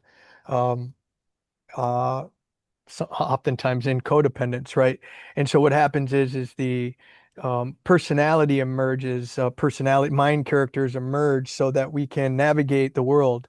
And we know if we cry enough, for example, that behavior is going to give us a bottle or the breast Right. or what have you, right? And so to your Mhm. point, we navigate the world using these mind characters, etc.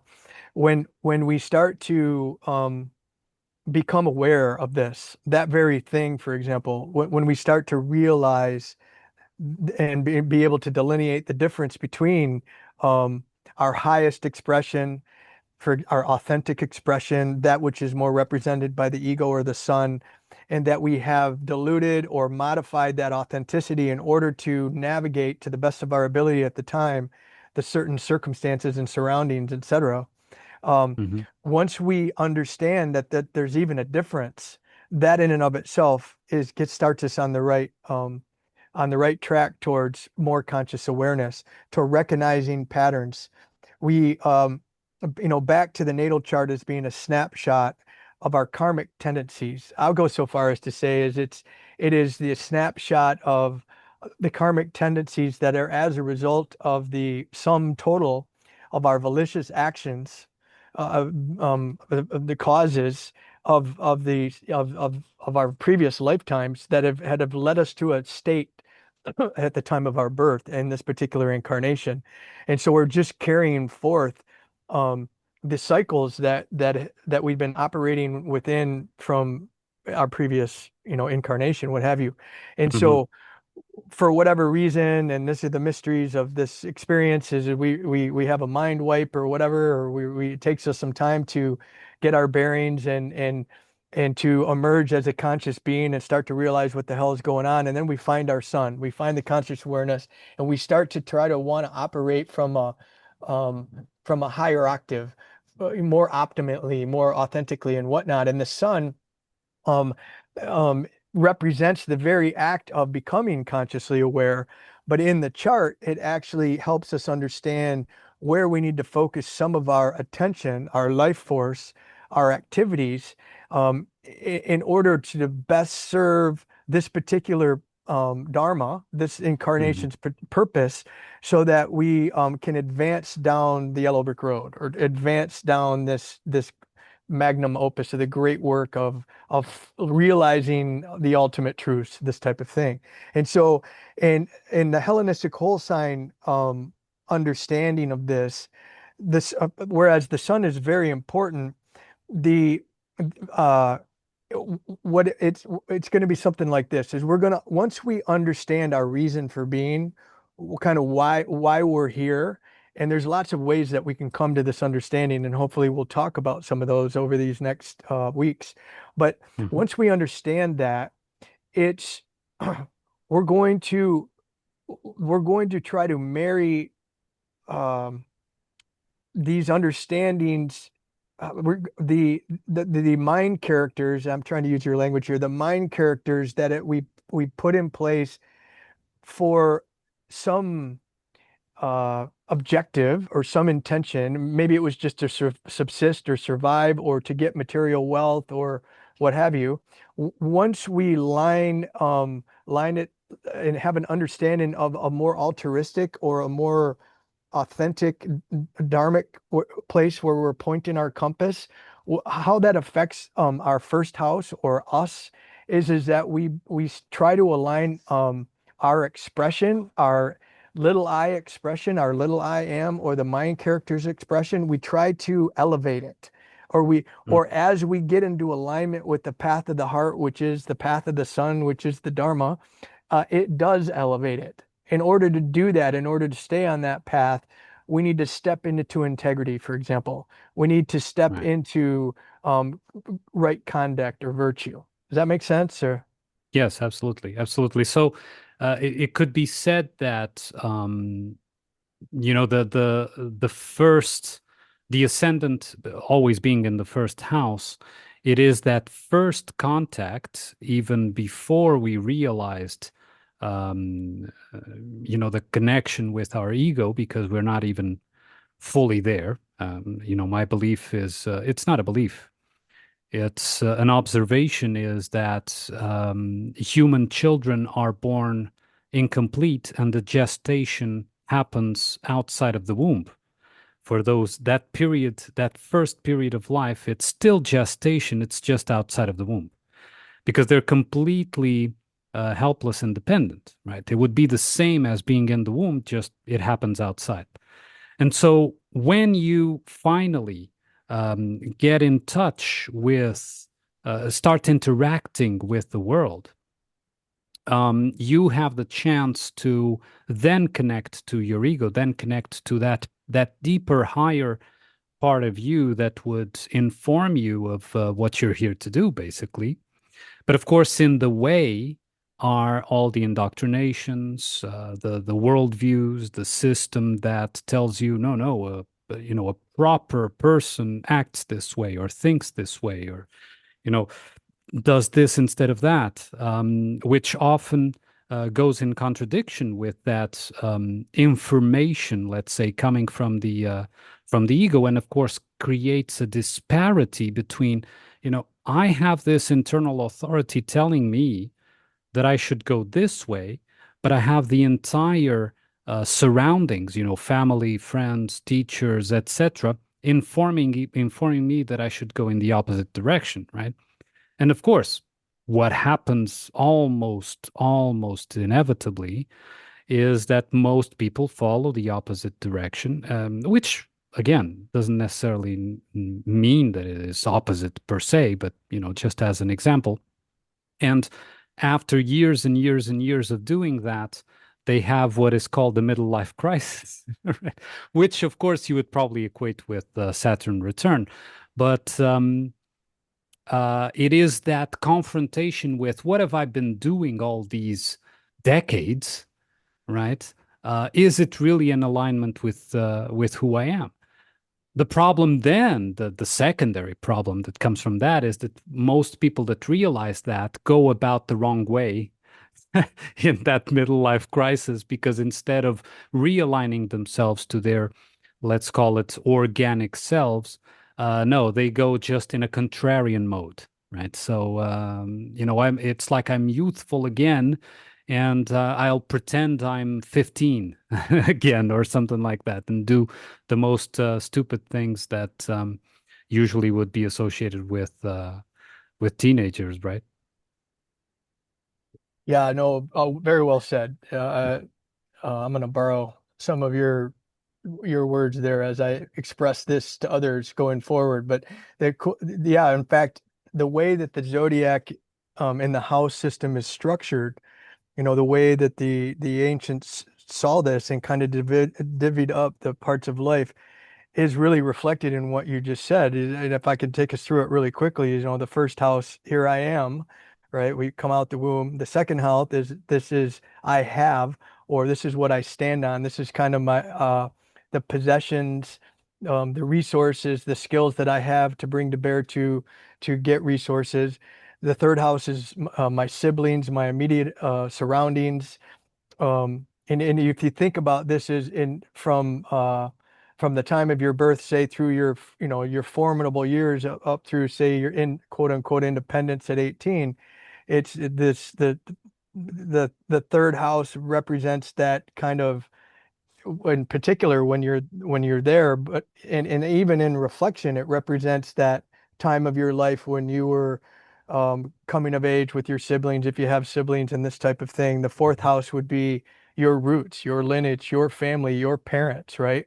And if you think about it, is your roots, your lineage, your family, your immediate surroundings, the possessions that were made available to you at birth via generally the possessions that were in the care of your family, Mhm. uncles, whatever, and it's the fifth. It's all had a great deal of influence on you, good and bad and otherwise, right? And then the fifth house is ultimately it's how the fifth house is naturally associated with Leo, Mhm. which is ruled by the sun, which is getting into, okay, now that I've been indoctrinated by my parents and my grandparents and my immediate surroundings and K through 12 education and all this stuff, um, once I started doing my own investigation, once I start to basically remove the veils, this type of thing, ultimately I'm going to step into a more individuated, authentic expression. That's a fifth house thing.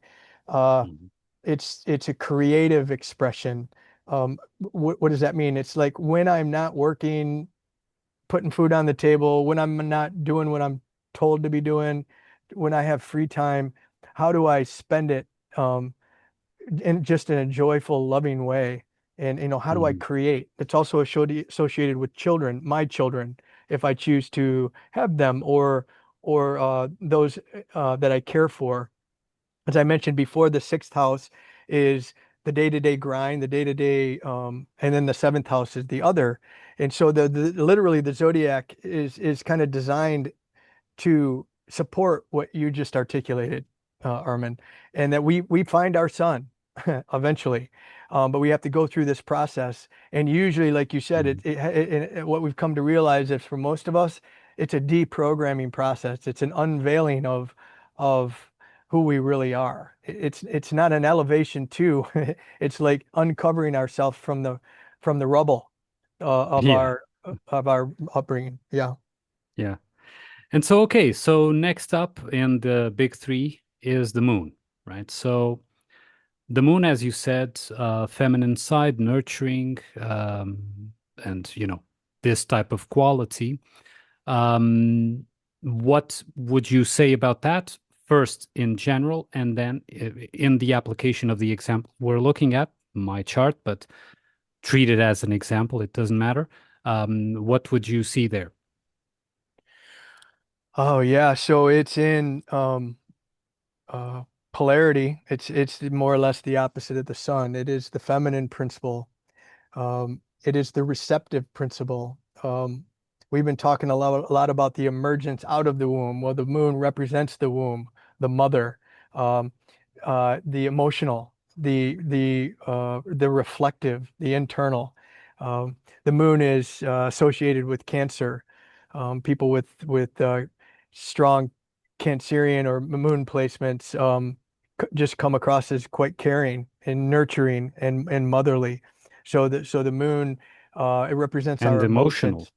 Very, very emotional. Yes, very, Yeah. very can be. Very sensitive though. Hmm. Um, and so the moon is it's kind of watery, right? Cancer is a water sign, so the and moon is watery. And if you think about the water is taking on the shape of the container that it's in, and it's the moon. It's one of the big three because like if the sun is the masculine and the growth and the like, which is very important. The sun would be associated with Shiva in the Eastern tradition. Um, the moon, it would be it's more of the integrative or the reflective or the internal the internalization of the growth. And so as we yeah, I mean integration is a really important part of the equation, and a lot of us want to kind of forego that. Like, so for example, if let's say you go to a 10-day retreat and you learn out all these new techniques, these breath techniques or these yoga techniques, and you put them into practice in the safe container of the retreat center or what have you. Uh, but at some point, if there's not an integration, if you can't bring that growth that you experience there, those new understandings, those new tools, if you can't bring those home to you, if you can't integrate them into your day or into your daily routine or your practice or into your life, they'll fall away. Mm-hmm. And so the moon is a very important uh, it really helps us understand this emotional feminine quality. And in your case, you happen to have it in the third house. Let me circle it here, down here Mm-hmm. in the third house. And it's in the fire sign of Sagittarius. It's in close proximity to Neptune. Neptune rules Pisces, so just there's a watery quality both to Neptune and the moon, and in a fire house, which it's or a fire sign. Uh, Boiling water then. that's one way to put it. Yeah, exactly. Exactly. Uh, And as a reminder, one of the things I didn't mention about the third house is it's naturally associated with Gemini or some Gemini themes. And Gemini is actually masculine. It's of the mind. It's the way we think. Um, well, it tends to, I want to learn a little bit about a lot of things. It's the type of knowledge that's important for us to navigate our immediate surroundings, like which store can I buy this type of food? Where do I go to get a new shovel if I need it? That it's mhm. practical information, this type of thing. But it's also associated with writing, communicating, um, and this type of thing. So anyway, the moon is is how do you express yourself with words? That's third house themes. You can, I mean, I think we can probably, for those of us who know you, right? It's like Mm. you express yourself with words, both in the written form and also literally with words, audio words. You can do it with fire. Nobody would accuse you of beating around the bush, brother. That Sagittarian. Oh, by the way, Sagittarius is actually higher minded. Sagittarius rules it is naturally associated, I should say, with the ninth house, which is more of the higher mind. But so you're going to have a Neptunian flavor, a lunar flavor, and Mm. this Sagittarian fire flavor, and how you do that. And Mhm. combined with your Pluto intensity with the velvet glove of Venus, I think that people can kind of see the validity of this tool is because of the people that are listening to this are probably the people that listen to you a lot on your podcast, for example. And they probably head nodding right now and recognizing that at least my understanding of these symbols and my read of those are fairly accurate when we're talking about you. All right. Yeah, yeah, absolutely. And in fact, just to confirm the usage of this as example, one of the things that has been a challenge over my life has been to come out or expand the Libra qualities because one of the things, and correct me if I'm wrong, one of the things that the Libra would be concerned of is not to perturb or disturb or affect negatively the other. Like, oh, what I'm going to say perhaps will, hurt his feelings or, something like that. That is very Libran, and again, correct me if I'm wrong. And one of the things that, in fact, over the course of my life, has been that I have seen as being a necessity has been to expand that Libran quality to, sometimes you do need to quote unquote hurt the feelings, right? Even if it's my own feelings, right? Because it's not just about, in my case, it's not just about hurting the feelings of another, but even my own, those preconceptions that we have and those boxes that we were talking about earlier, right? And the expansion of that, although it has, of course, the main directive of the sun, it is done through the means of the moon, in my opinion, because and of course, with the moon here being in close proximity to Neptune, gives it a very intuitive, highly intuitive quality. It's like an emotional intuitive, right? That that even if no one else understands, that this might be the moment to, quote unquote, say the things, hurt the feelings, right? Say the things that would be uncomfortable to say, even if those things are uncomfortable to you. For example, say, I was wrong, right? Which is always uncomfortable for anyone. I don't care if people say, no, no, not to me. No, it's always uncomfortable to admit that we're wrong, right? About something. And so even that comes as an expansion from Libra, because Libra would be the one that would retract from that exercise, right? That's why it's in opposition with Aries, because Aries wouldn't care, wouldn't give a, you know, Aries wouldn't care. You're fat, you're ugly, that kind of thing. If you do that too much, you're gonna, hurt yourself. It wouldn't care. While the Libra would go, well, perhaps you should reevaluate the habits of your how you go about doing that, and so on. So that expansion um, has been a theme, in fact, in my life, and would perhaps be a good example to show how the ascendant relates to the sun, is informed by the sun, and then informed by the moon, or how it conjuncts together and works together to promote the arisal of the actual individual. No. Yeah. Yes. Libra likes harmony.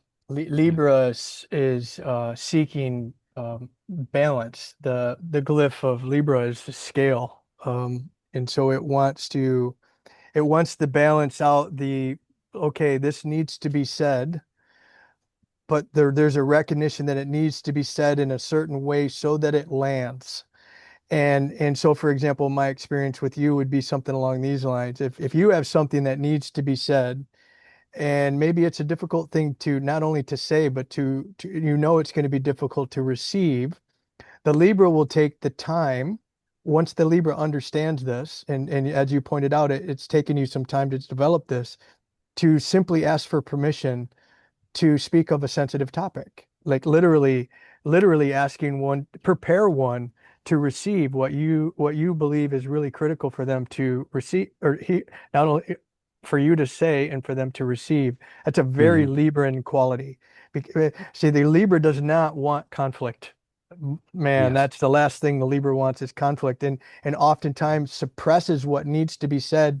Yes, to not create conflict. But we understand that when we do that, when we don't say what needs to be said in time, that creates more conflict often. Right. Yeah. And so, yeah, so your moon and your Neptune, that is very, yes, exactly. It's quite intuitive. It's very intuitive. And so you can just simply intuit, in advance that what you have to say is going to be delicate. And so, as you also pointed out, not too many people, or not everybody, can intuit that, or doesn't care, like in the case of the Aries. And so, yes, you come by this intuitive faculty honestly, and you bring it to bear in the way that you communicate, in combination with how you express yourself in the third and the first house. Yeah. Yeah. And that all is amplified by the Pluto there, right? So Um, And that's exactly. And so just this is a bit of a just real quick. It's there. You said that it's taken you some time to develop this, and maybe that has some things to do with the fact of the intensity of Pluto. Yeah. mhm, Also, and this is a little bit more advanced thing. When we start getting into transits and I should say aspects, angles, the we're going to uh, I'm going to bring this up again, but see the by angle or by aspect, the first house can't see the sixth house. mm, Um, and it's the word's escaping me right now. There's a word aversion. It's an aversion. The sixth house, the first house, it can't it can't see the sixth house. And so we'll talk about that at more length. But in other words, there was a part of you for a while that couldn't see your son. That for whatever reason you couldn't connect the dots. And then one day you did. And then the stars and the moons aligned, and you became aware of this Librian quality that you needed to accentuate, and you did, and you do. mm, And that's been my experience with you for the majority of our time spent. So the moon is it's a really, really important luminary. It's I highly recommend, as we wrap up video one in this series, I highly recommend that anybody who's interested in um, the higher questions of, you know, the, the truth of things, this and using the modality of astrology or what's going on in the cosmos or in the macrocosm and how it relates down, is just to get into tune with the lunar cycles. Like like if I was in 6 months, if I was to ask you, hey, what are you doing? Like just pop quiz. When's the new moon? You would know that the new moon's in 3 days, or when's the full moon? And the reason is, and this will get into further conversations down the road, but it's the nature's timing. It's the celestial clock, the clock that we can observe and we can see. mhm, It's those indicators that help us align our ritual, that help us align, as we brought up earlier. It tells us when it's time to plant seeds for food so that we can live. But it's also the time, the new moon, for example, would be in the lunar cycle, would be the time when we would plant the seeds of intention. Or and so it helps us ritualize or make sacred um, and bring ceremony into our life, um, of our choosing, of our making. Your ceremony, your ritual, your sacredness can be different than mine, but just what I'm suggesting is have one, have ritual, have mhm. ceremony, and and I would just suggest from my own experience that it makes sense to align those rituals with the real-time clock that we can see in the sky, and the moon is a good way to do that. Yeah, yeah. And also, do not feel discouraged. If you see some, like, for example, Noble just pointed out that that was something that never occurred to me, that the Libra, the first house, could not see, quote unquote, had an aversion to the sixth house where the sun was. Do not be discouraged because, for the simple fact that if Libra could see the sun, with all the programming, it wouldn't have sought it out, right? It wouldn't have, okay, I want to find my son with you, not with O. Um, I want to find my son. Where is it, right? And so you set out on a journey to find it, to discover it, right? And that wouldn't happen. It would happen in an organic sense. But since we're far removed from that organic, we would need to actually move towards it. We would need to actually um, uh, be programmed and then spend a journey deprogramming that which was learned in order to find that organic self. So do not be discouraged if you see an aspect that isn't according to expectations, like we were talking before, because those are usually, and correct me if I'm wrong, the most fruitful, right? Oh man, you just said a mouthful there. I absolutely, you nailed it. I need to say no more on that. You nailed it. Well, great. Now you put me on the spot here because, well, I was just commenting, but yeah. So this, I think it's a good time to. We've done a small overview of the big three and how to look at a chart and all that. Next up, we're going to start to go into more detail, perhaps, right? Any comments, Noble, before we wrap it up?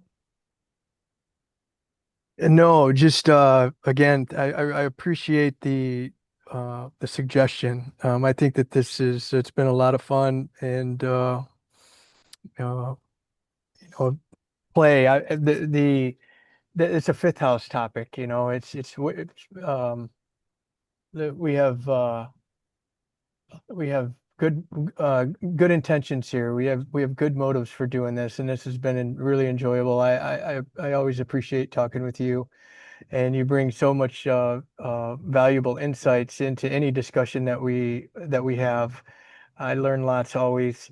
Um, yeah, we are just scratching the surface. Hopefully, we did a good job of um, garnering some further interest so that we can keep people on board because um, as this tool has just been an amazing tool.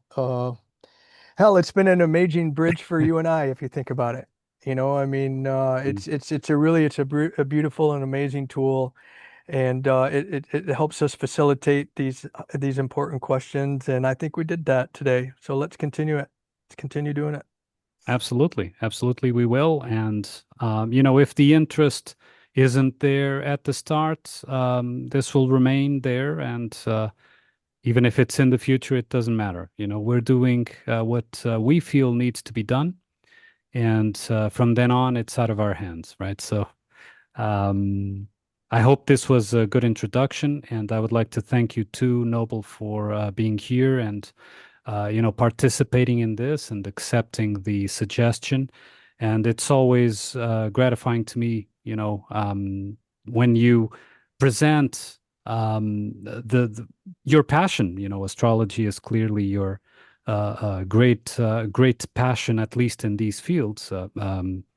And I always learn a lot, and it always, gives me food for contemplation, right? Which is something that I enjoy, and it's a requirement for me, I think. So thank you very much as well. Again, I hope you all enjoyed it and that you're back here for the next episode of As Above, So Beloved. Thank you. Bye bye.